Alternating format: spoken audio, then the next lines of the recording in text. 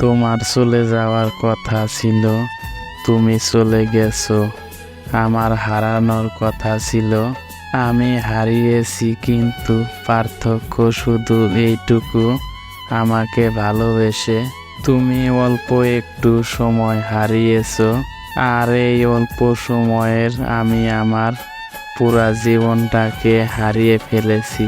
চলে তো গেছো, যাওয়ার সময় একটু ভাবলে না আমার কি হবে? কিছুই তো বলিনি তোমাকে আমায়, তুমি শুধু বলেই তো বুঝেছো। তবে আমার কোনো দুঃখই নেই, আমি আজ পর্যন্ত কাউকে সুখী করতে পারিনি, কিন্তু তোমাকে অনেকটা ভালোবেসেছিলাম, অনেকটা।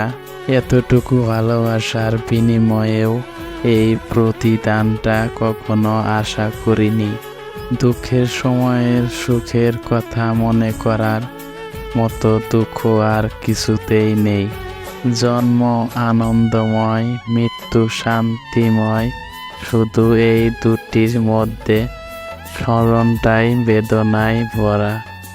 জীবনের কষ্টগুলো যদি বেঁধে রাখা যেত, তবে তা যত্ন করে বেঁধে রাখতাম, কারণ কোনো সময় যদি ফিরে আসো তাহলে দেখাতাম তুমি চলে যাওয়াতে কতটা কষ্টে ছিলাম আমি।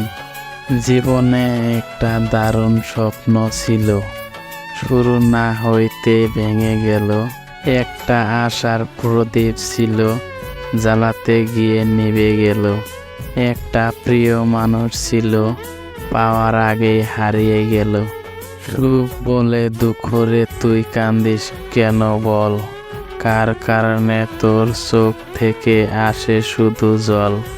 দুঃখ বলে যারে নিয়ে বেঁধেছিলাম আমি ঘর, তোমায় পেয়ে সে আমায় করে দিল পর।